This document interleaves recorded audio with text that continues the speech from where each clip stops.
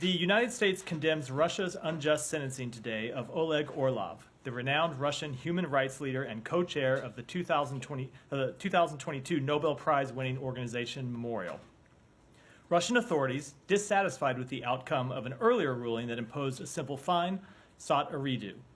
The outcome? Mr. Orlov was sentenced today to 2.5 years in prison simply for peacefully and courageously speaking out against Russia's war of aggression against Ukraine. Ambassador Tracy joins diplomats from 17 other countries to bear witness to this latest miscarriage of justice in Putin's Russia, which Orlov aptly described as Kafkaesque. Today's verdict falls on the 9th anniversary of the assassination of Russian pro-democracy politician Boris Nemtsov. Like Alexei Navalny, Nemtsov was a clarion voice for reform and accountability who Putin targeted for his activism.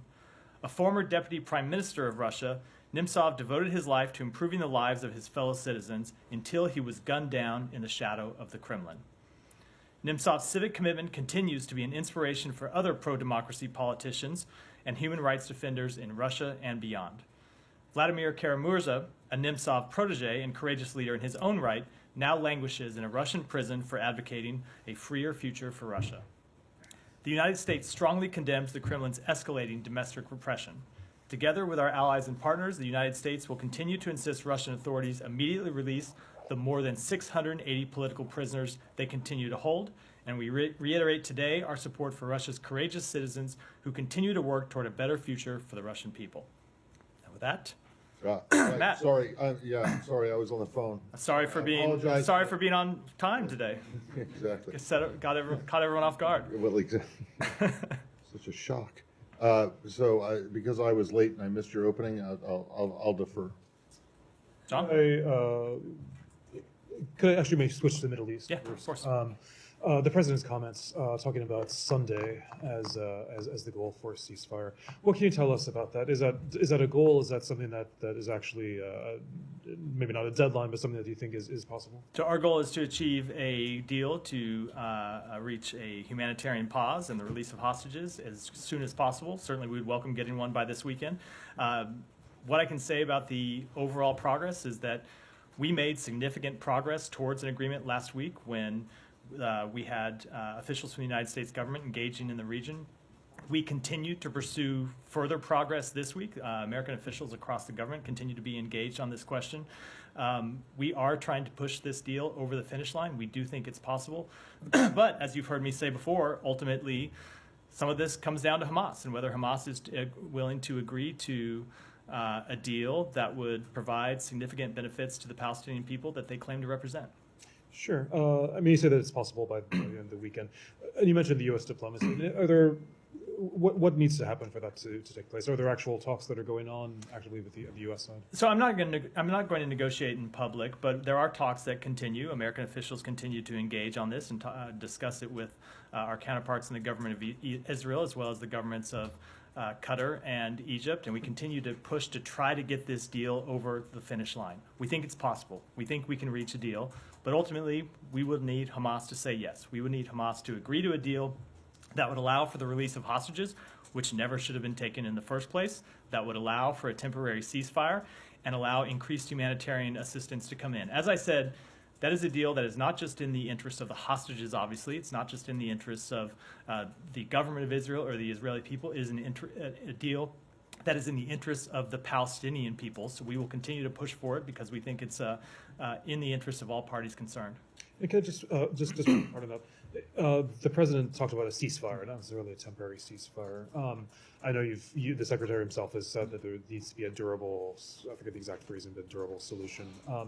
But is the goal for this weekend, or the goal for as soon as possible, an actual ceasefire, like a long-lasting ceasefire rather than a temporary? So again, I'm not going to negotiate in public and talk about what the contours of a deal might look like, but we certainly are trying to reach a temporary ceasefire as part of this agreement that would allow us to get hostages out and would allow us to get humanitarian assistance. And we would like to see a temporary ceasefire go on long enough to allow all the hostages to get out. Again, without not talking about what the contours of any agreement might look like, we want to see a ceasefire go on for as long as it can to get all the hostages out. That said, and you've heard the Secretary speak to this and heard the President speak to this, our ultimate goal is to end this war as soon as possible and end it in a way that ensures Israel's security and end it in a way that puts us on a path towards the establishment of an independent Palestinian state, and that's the diplomatic route that we continue to pursue. Can I follow up on that, Matt? Do you foresee this ceasefire being in one continuous phase or in multiple phases? And would you expect female IDF soldiers to be released? Again, I just don't want to talk about what the contours of an agreement might look like as we continue very sensitive negotiations. And can you give us some more details on what's underpinning the president's optimism, given that partners in the region have kind of thrown cold water on the notion that this could be accomplished? What's underpinning the president's optimism is looking at the broad outlines of a deal that we have put in place through negotiations last week and negotiations that are continuing through this week, and the fact that he believes and we believe one is within reach. That said, to be clear, we don't have one yet. Hamas will need to agree to one, but we do think it's possible, and we're going to continue to push for it. And we want to see it happen as soon as possible. And then one more unrelated to the hostages. Do you have any updates on the CHURG assessments that you mentioned are underway? Only that it's ongoing as part of our regular work and normal processes. We're assessing facts and examining them as they develop, but I don't have any update on the outcomes of that review. Yeah. Yeah, I wanted to just, I guess, try this from another approach, but the president said that the Israelis have agreed to a ceasefire during Ramadan. It's sort of been said all along from the Hamas side that what they want is a longer lasting, a permanent ceasefire, right? So, I mean, has there been any movement that's closed the gap between the two sides on that?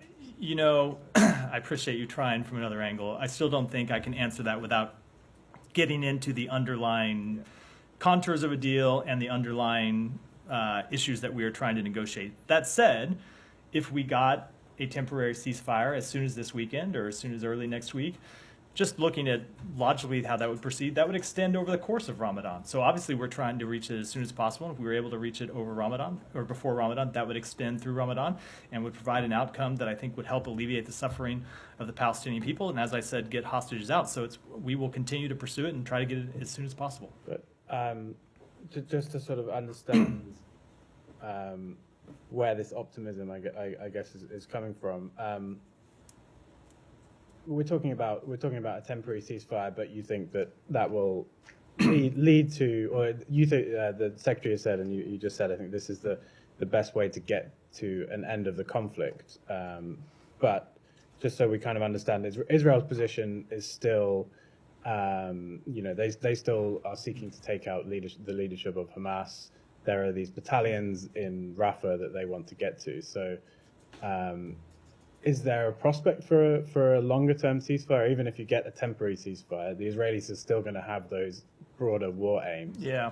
Are you going to be able to support, or are the Israelis ever going to be able to agree to that before they've sort of achieved those aims? So it's a great question. Let's start by saying no one here can predict the future, and we all ought to be humble in trying to predict how the future will unfold, especially in such a volatile situation. We want to get a ceasefire, as I said, as soon as possible. We want to see it last long enough to get all of the hostages out. Once you get a temporary ceasefire, there are a number of variables that could be in play. Yes, we agree with the government of Israel that the persistence of Hamas battalions in Rafah or wherever else they might be, or Hamas fighters wherever else they might be in Gaza, does represent a legitimate security threat to the state of Israel that they have a right to address.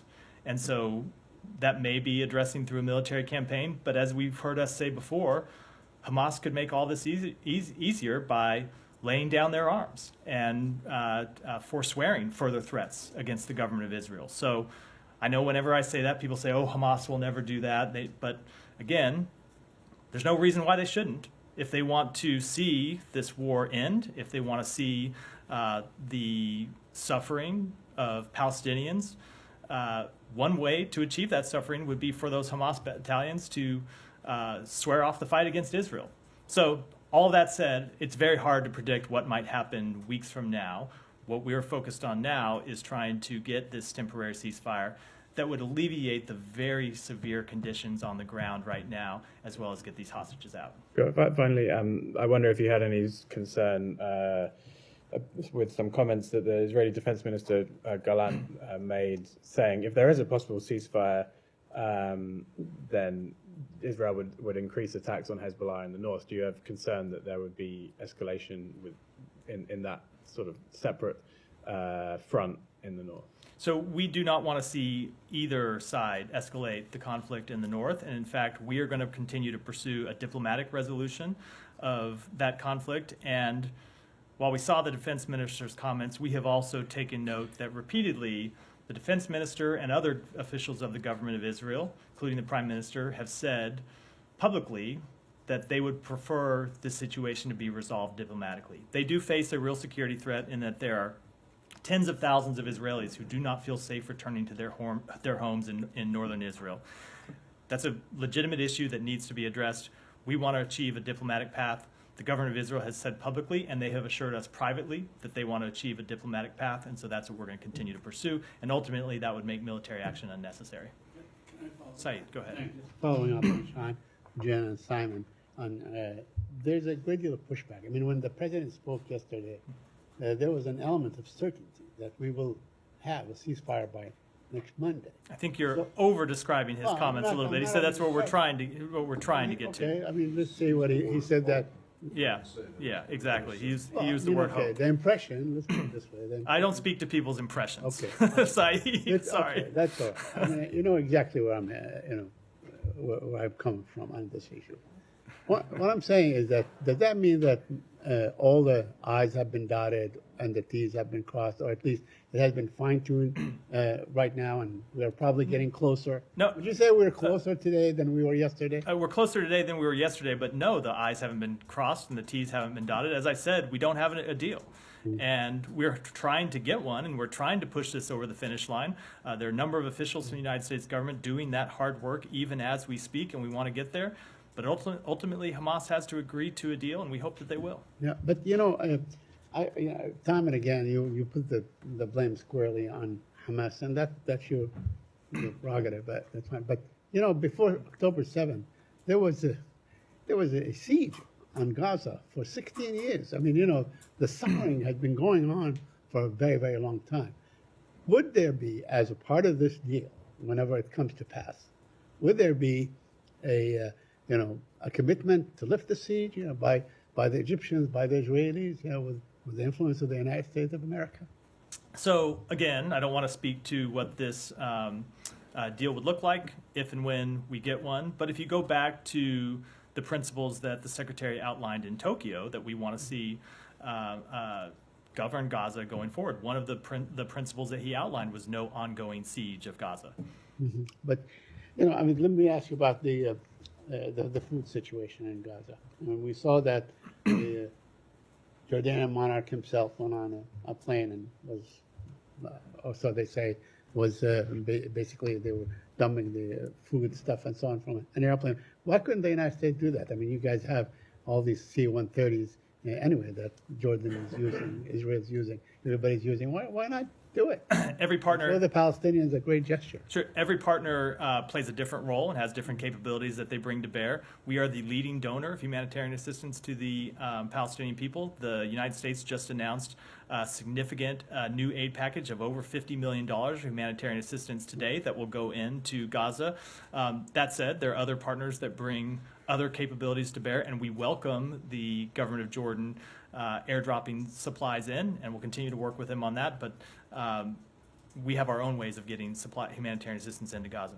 And lastly, would the United States be prepared to deal with a sort of a super urgent situation if the ceasefire ever takes place? Because you have disease, you have problems, you have issues of shelter and so on, schools and all these things to sort of accelerate beyond aiding UNRWA on your own, so to speak.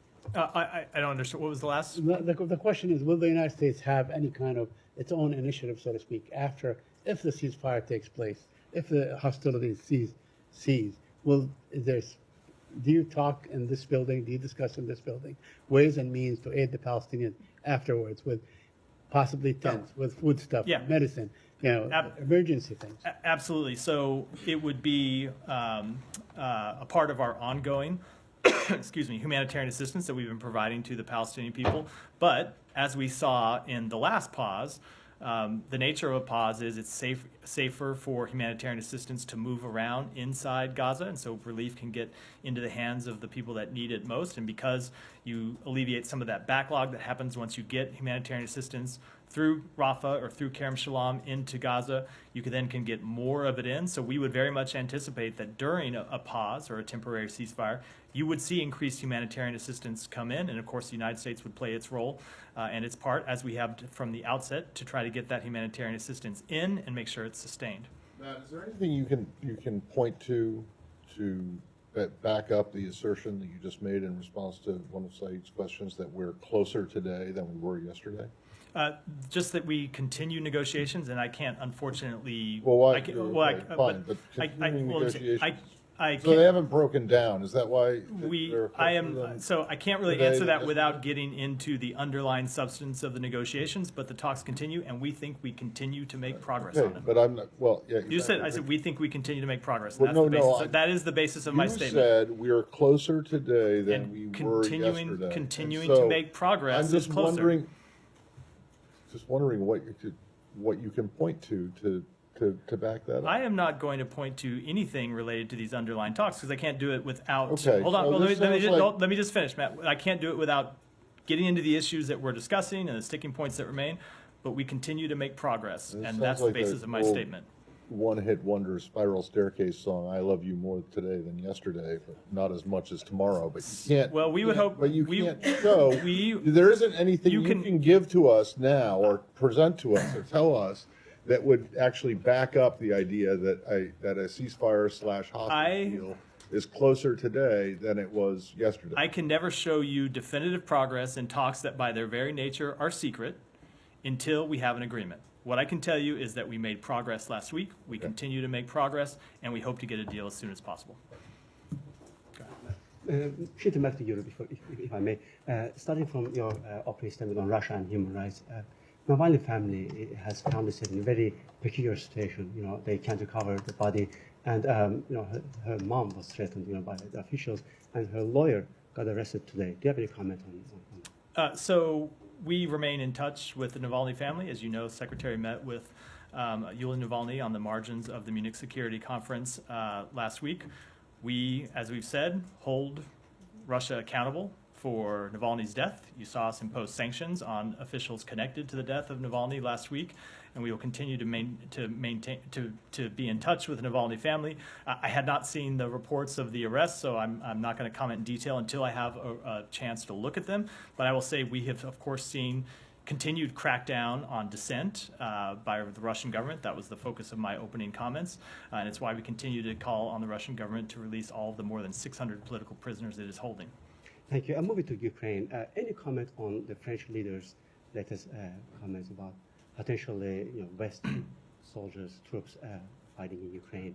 Concerns around it, debates around it. Where are you standing? So President Biden has made clear, going back more than 2 years to before even Russia's invasion of Ukraine, that he will not send U.S. soldiers to fight in Ukraine. And what is your observation about the current state in the battlefield? Ukraine appears to be in retreat. What's next? How dangerous is the current situation? The situation is extremely serious right now. We have seen Ukrainian frontline troops who don't have the ammo they need to repel Russian aggression. They're still fighting bravely. They're still fighting courageously. They still have armor and weapons and ammunition they can use, but they're having to ration it now because the United States Congress has failed to act. And so we expect that for the remainder of the year, Ukrainian forces will continue to fight bravely, and they will make advances, as they have done most significantly in the Black Sea as of late. But it will be much tougher for them if they don't have access to the ammunition that we need, which is why you see the president continue to push for Congress to act. We believe, as we have said multiple times, if the House would just hold an up or down vote on aid to Ukraine, it would pass. And so we again call on Congress to do its duty, to hold this vote and get the assistance to the Ukrainian army that desperately needs it. Thank you. Final one from me on Armenia, Azerbaijan. The ministers, foreign ministers, are meeting tomorrow in Berlin. I know the Secretary wanted to have them here in Washington since December.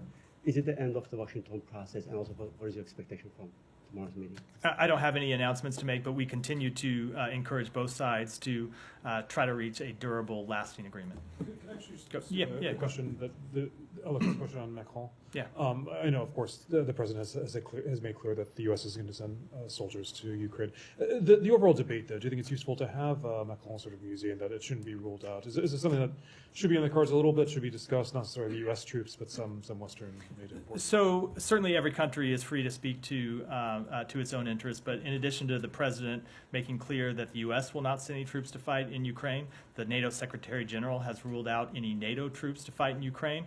I think fundamentally we think that the path to victory for Ukraine right now is in the United States House of Representatives.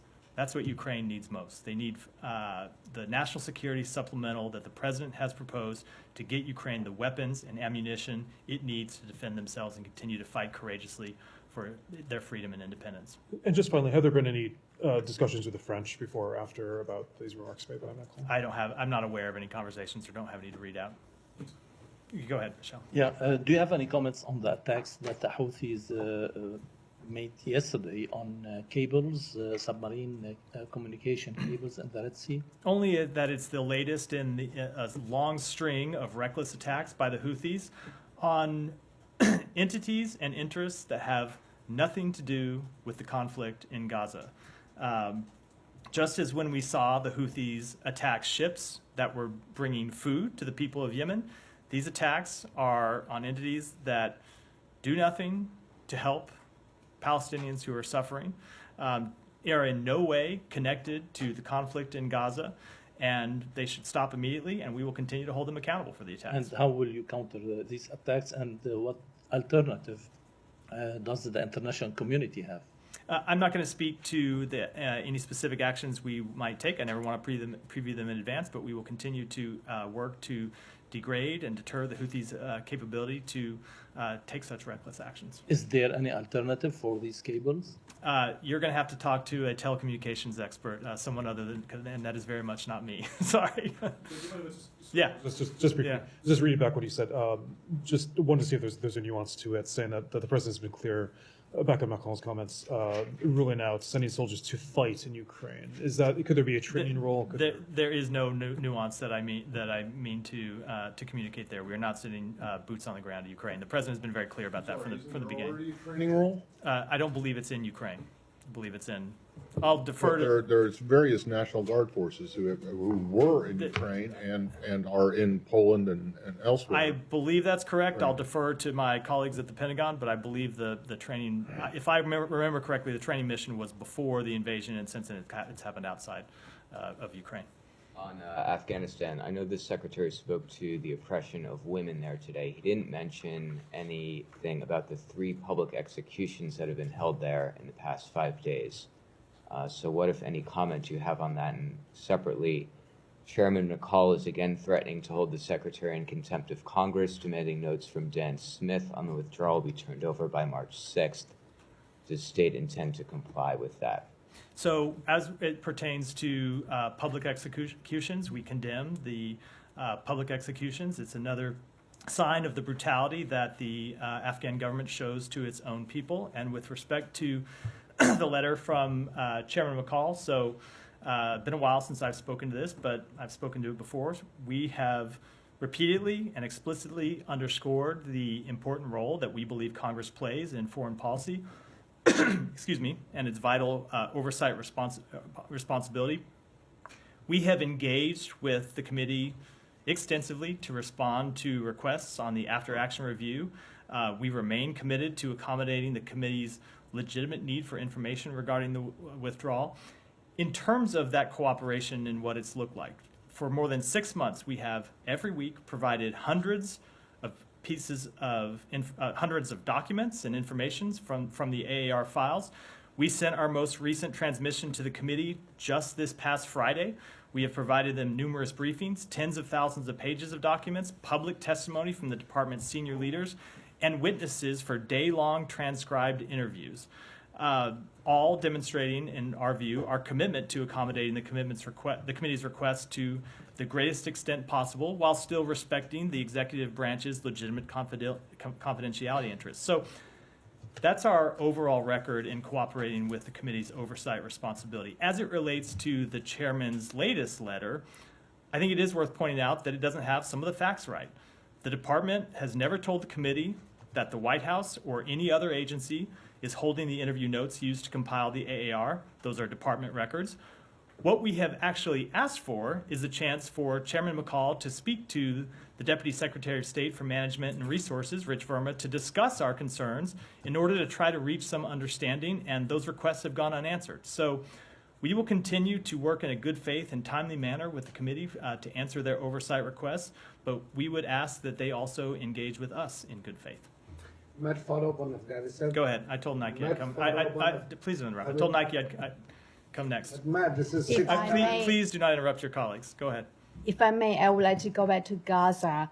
Earlier this month, the Sinai Foundation said that they obtained information that current instructions in eastern Sinai is to create a highly securely gated, isolated area near the Gaza borders to prepare for the reception of Palestinian refugees. I took note that the Egyptian government has come out has denied it.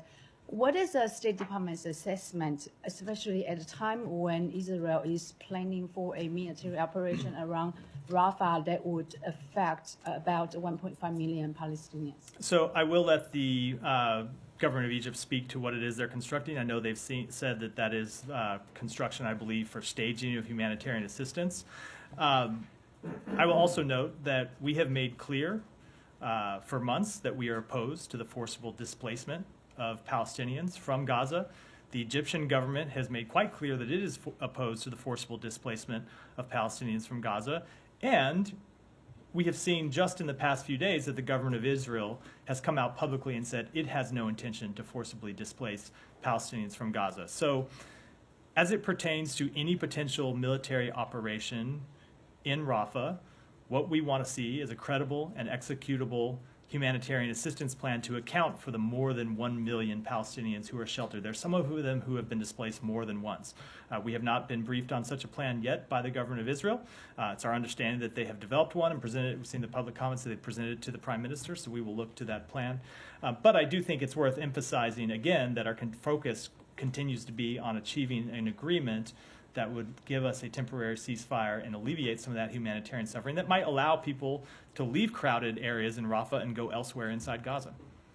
When you said, Yeah, go ahead Yeah. if you weren't done. when you said that we have not been briefed by Bibi's plan, are you talking about the State Department or are you talking about the whole Biden administration? I'm speaking on behalf of the State Department. I'm not aware of any briefings. It may be that we've received cursory briefings, but I know we have not engaged with them in any kind of substantive way on this plan that was reported, was presented to the Prime Minister just in the past couple days. Go ahead. Great. Thank you. I want to ask. Hold on. I'm just going to say I was getting ready to call on you, but for 8 years. I was getting ready to call on you, but I'm going to observe my long. Get the follow up from here. First of all, it's the second time you've interrupted your colleague. I'm going to observe my long-standing rule that the best way to get called on is to not interrupt your colleagues when they're asking questions, and I'll call on the gentleman sitting next to you. Thanks, Matt. I want to ask about Aaron Bushnell, the 25-year-old active duty airman who self-immolated in front of the Israeli embassy on Sunday. Especially since it didn't come up during yesterday's briefing. I know you released a statement extending your condolences to his family, but I want to ask if you have any comments beyond that. Specifically, I want to ask, will U.S. policy in any way be changed or affected by what happened on Sunday? So, again, I just want to reiterate our deepest condolences to his family. It's obviously a horrific situation, and our most heartfelt sympathies go out to them. With respect to this act or any kind of protest, obviously we are aware of the depth of feelings that people have over this issue. And we are constantly taking those points of view into account and using them to think about how we approach the issue and whether there are things that we can do differently. That is the case whether it's with respect to protesters. It is the case with respect to people that the Secretary meets with and hears from directly on all sides of this issue. So yes, we will always look at the points of view that people have, but ultimately, we have to make our own decisions based on what we think is in the national security interests of the United States, and we'll continue to do that. So will U.S. policy be affected? Yes or no? I want again just I don't think I should comment with regard to this specific case other than extending my sympathies to his family. As I said, generally we are always looking at the strongly held views by people across the spectrum, and I guarantee you we do hear from people across the spectrum who want us to do one thing differently, whether it comes from stopping support for Israel to supporting Israel more. And we hear loudly from people about this issue. We have to make the best decisions we can about national security interests. And right now, we believe the best thing that we can do is to continue to pursue a temporary ceasefire that would get the hostages out and alleviate the suffering of the Palestinian people. Thank you. Go ahead, in the back. Go ahead. No, behind you. Go ahead. Thank you, Matt. God bless you. There have been now at least 6 documented instances depicting members of the IDF displaying or rifling through women's underwear, and of course that's just on camera. Soldiers have, as we've seen, stripped and tortured Palestinians. There have been a reported history of soldiers abusing children that they've detained even before October 7th.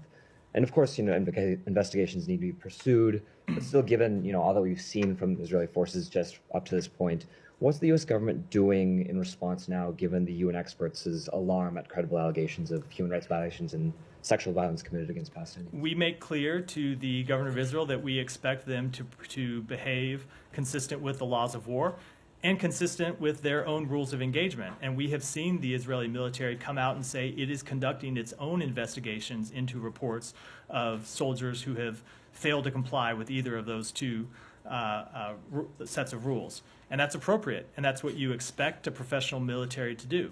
And we expect those investigations to proceed, and if appropriate, hold the responsible parties accountable. And then a few more, and then related to that investigation, then related as well to the Biden administration's memo a couple weeks ago regarding this kind of thing of ensuring that American military aid isn't contributing to these kinds of violations. What sort of conversations are being had right now to make sure that these accountability measures, if they need to be taken, are taken, on time, expeditiously? I know, for instance, like the assurances for the memo, those need to be done within 45 days. So what's the conversations like around those? It is the exact kind of conversation I just detailed in response to your last questions, which we have very frank and candid conversations with the government of Israel about this.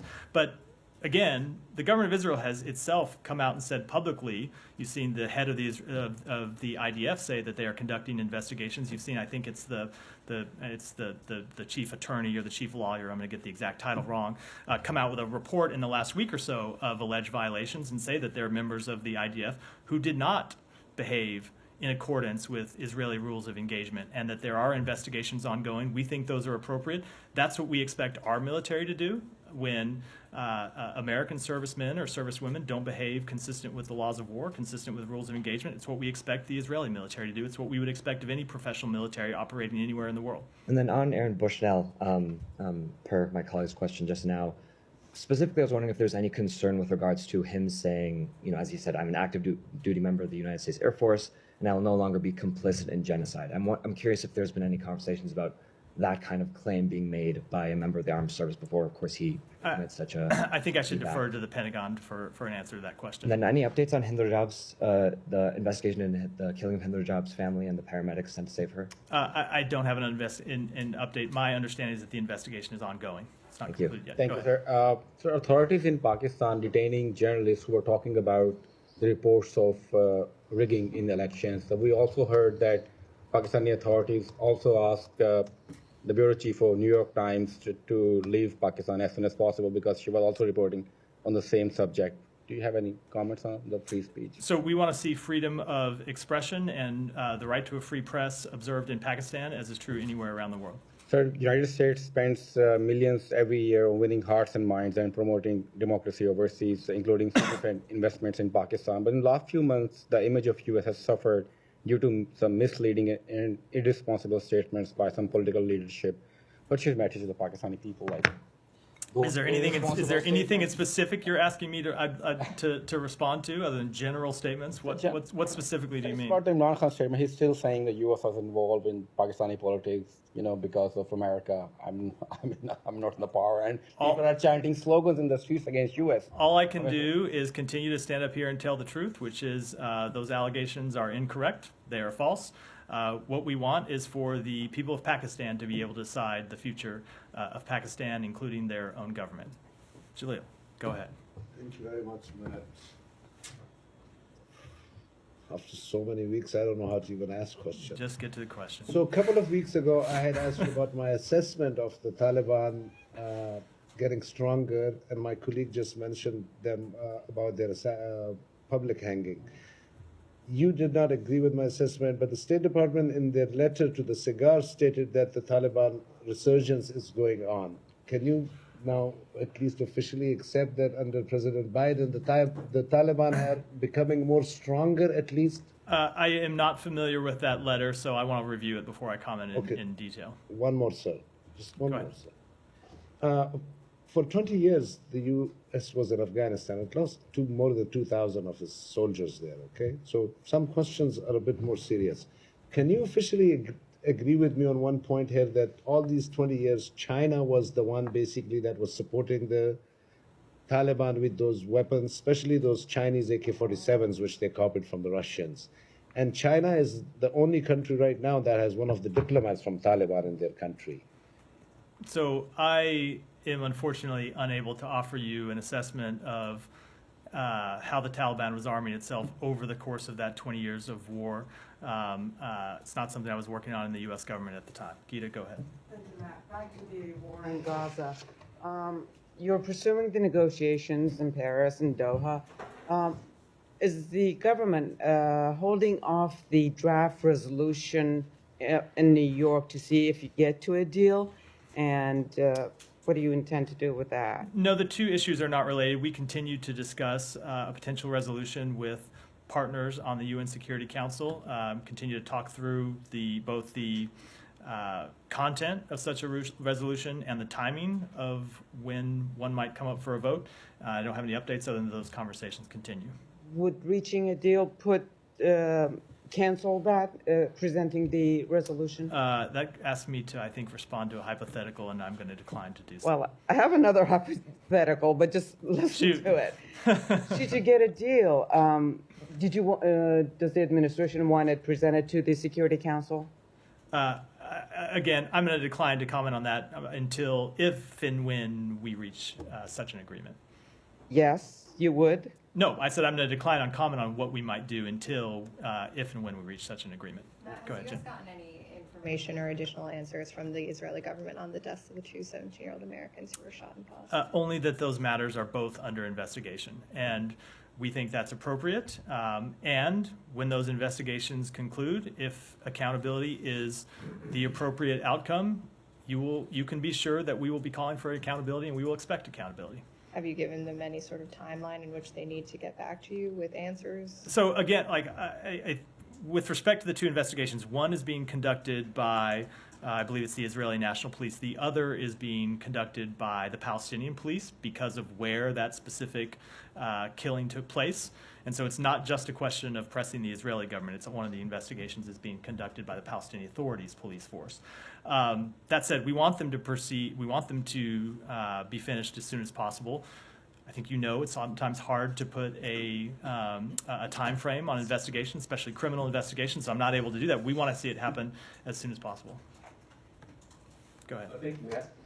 Given the fact that the Palestinian Authority has removed maps of Israel from new Palestinian textbooks, is there any evidence that the Palestinian Authority will accept and recognize a two-state solution? Yes or no? And I have a follow-up. So the evidence I would present to you is that in all of our conversations with President Abbas, he has represented that he is ready to move towards a two-state solution. He is ready to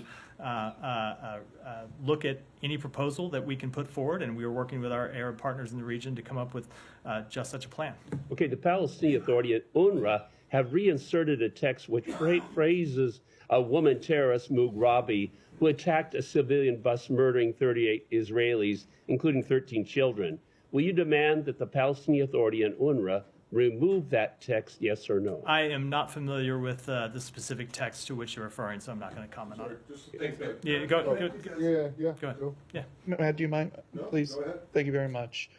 So I'm genuinely confused. Is the administration calling for a permanent ceasefire, or are they calling for a temporary ceasefire? We are calling for a temporary ceasefire as part of the negotiations. Okay, and President Biden is going to the southern border on Thursday. Do you expect him to bring up the migration matters in Latin America? I think that's a question you should direct to the White House briefing, which I believe starts in 2 minutes.